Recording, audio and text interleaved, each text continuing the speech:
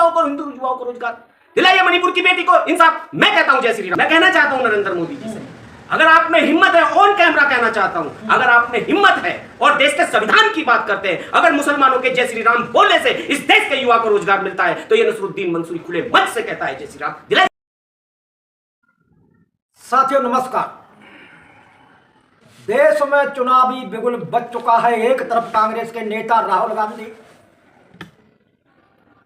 न्याय यात्रा पर घूम रहे हैं, दूसरी तरफ त्रिशूल को गाड़ करके जमीन में और दावा ठोक दिया नरेंद्र मोदी ने लोकसभा चुनाव जीतने को लेकर के। आज हमारे साथ इस संबंध में बात करने के लिए क्या नाम बताया भैया? नसरुद्दीन मंसूरी, जो कांग्रेस से प्रवक्ता हैं, यहाँ से मैन बॉडी से, लोकसभा उत्तरी पूर्वी दिल्ली से कांग्रेस के प्रवक्ता हैं। मैं इनसे कुछ जानना चाहूँगा, क्या कुछ कहना चाहेंगे? आज कांग्रेस की नैया क्यों डूबती जा रही है? मंसूरी जी। बहुत बहुत धन्यवाद पत्रकार महोदय। सबसे पहले तो देखिए, देश के अंदर अभी आपने कहा कि हमारे प्रधानमंत्री जी ने त्रिशूल लेकर के चुनाव का आगाज किया। जी जी जी। देखिए, मैं सिर्फ ये कहना चाहता हूँ कि देश त्रिशूल से नहीं, धर्म से नहीं, जातियों से नहीं, देश संविधान से चलता है। बताएं वो कौन सा संविधान है जिससे देश चलेगा, जो नरेंद्र मोदी को मालूम नहीं है? हाँ, वो संविधान वो है जिस टाइम मणिपुर के अंदर बेटियों को नंगा घुमाया जा रहा था, तो इसी देश के प्रधानमंत्री, हमारे देश के प्रधानमंत्री मौन करके बैठे थे।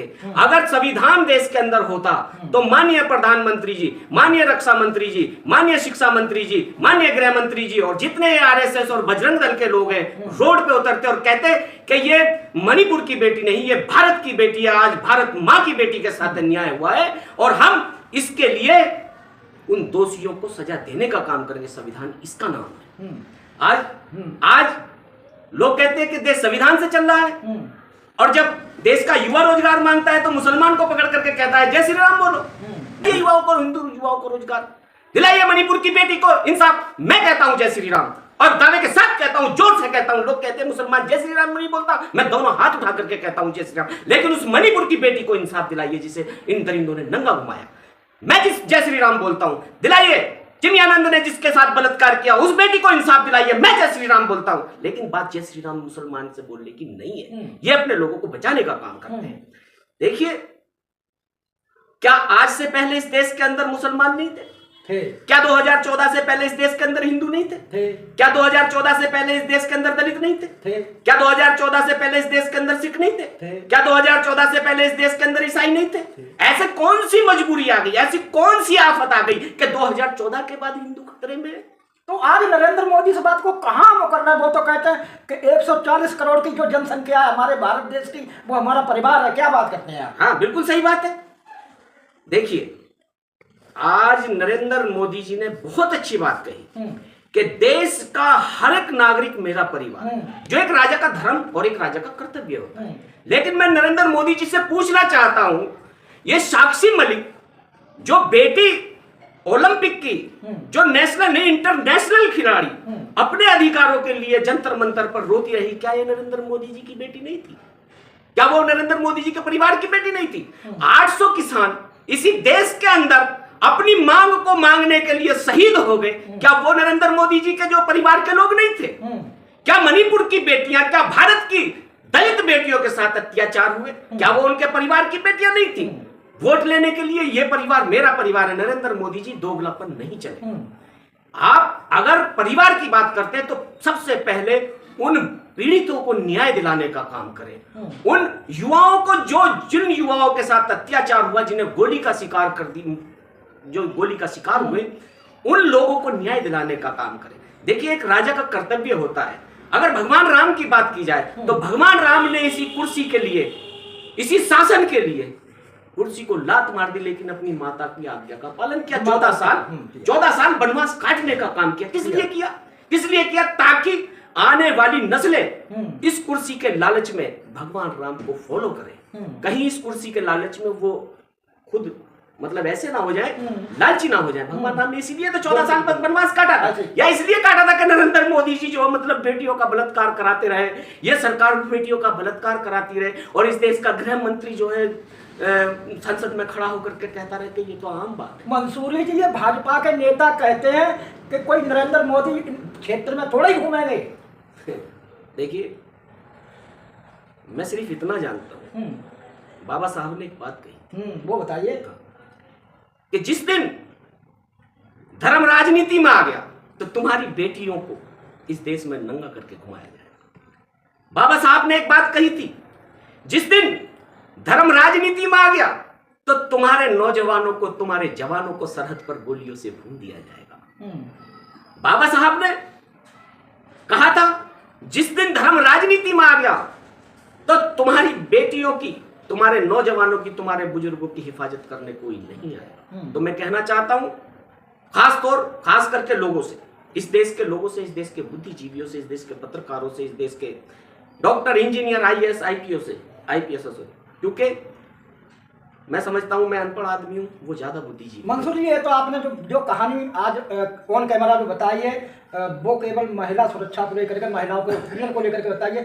देश की अर्थव्यवस्था, कांग्रेस और जो आज मौजूदा जो प्रधानमंत्री जी हमारे, इनमें क्या फर्क है 2014 से लेकर के अब तक, वो बताया। देखिए, अभी 2014 में जब हमारे देश के प्रधानमंत्री पहली बार प्रधानमंत्री बने तो उन्होंने एक बात कही थी कि इस देश के हर व्यक्ति को योगा करना चाहिए। जी, कहा था जी, आपने भी सुना होगा।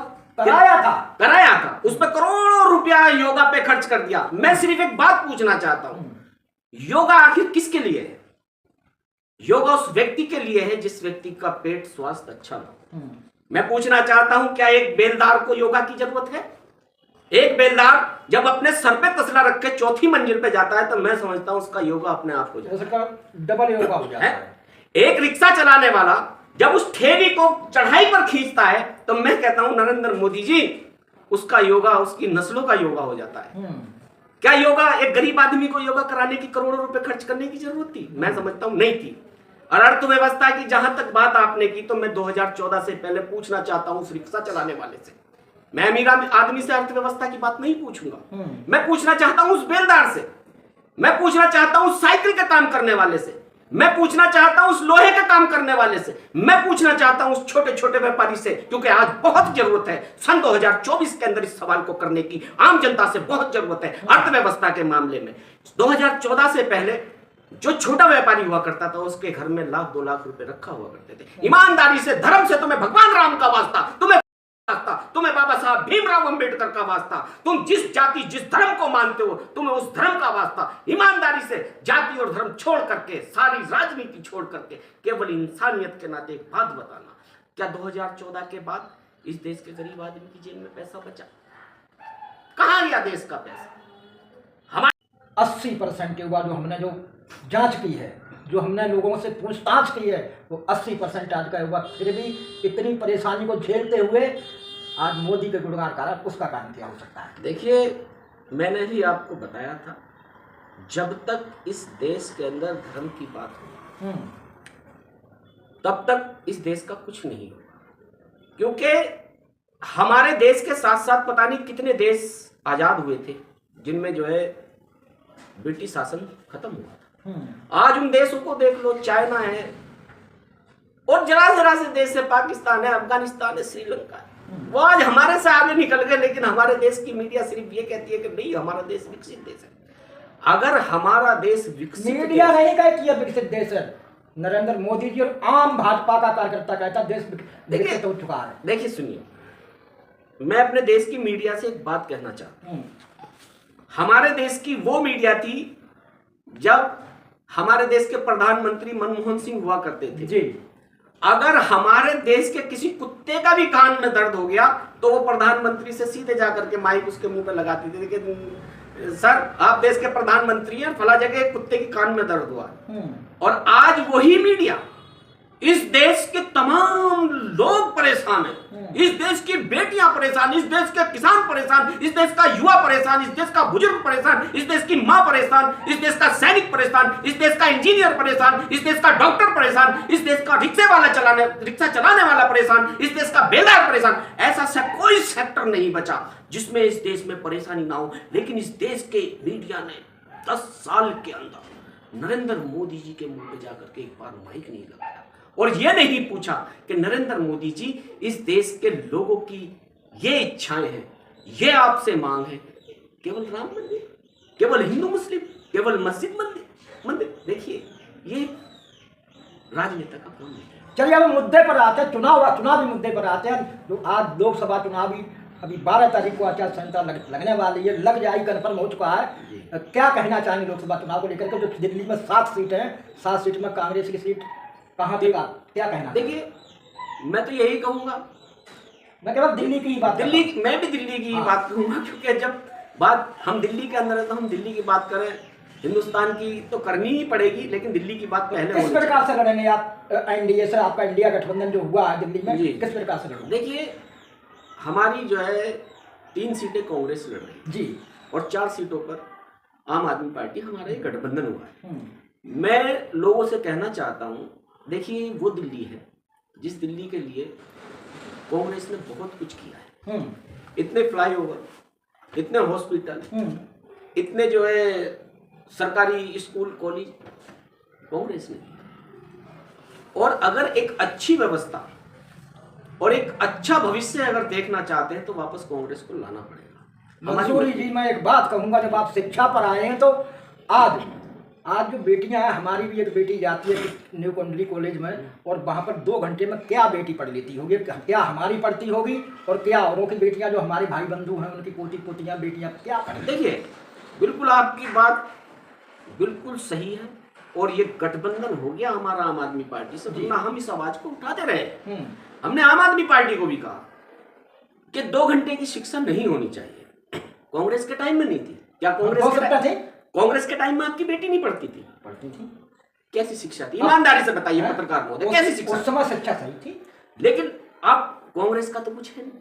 तो मैं इसीलिए कहना चाहता हूं, एक प्रवक्ता होने के नाते, कांग्रेस का प्रवक्ता होने के नाते मैं कहना चाहता हूं, देखिए, आप अपने भविष्य के लिए वोट डालें। देश का युवा, देश का बुजुर्ग, देश की बेटी, देश की मां, अपने भविष्य के लिए वोट डालें, ना कि हिंदू मुस्लिम के लिए वोट डालें। देखिए, मैं ऑन कैमरा कह रहा हूं, मेरा नाम नसरुद्दीन मंसूरी है और इसी देश का नागरिक हूं और मुस्लिम समाज से आता हूं। मेरा नंबर नोट कर लेना, 9810 379830, 9810 379830। मैं इन RSS वालों को जवाब देना चाहता हूं, मैं इन बजरंग दल वालों को जवाब देना चाहता हूं, मैं इन भाजपा वालों को जवाब देना चाहता हूं, जो लोग कहते हैं ना कि इस देश का मुस्लिम हिंदू भाइयों के साथ कंधे से कंधा मिला करके नहीं चलता। मैं अपनी मां की कसम खा के कहता हूं कि मेरे शरीर का एक कतरा अगर किसी हिंदू भाई के काम आए तो बेझिझक होकर मुझे कॉल करके मेरे से खून लेने का काम करना, क्योंकि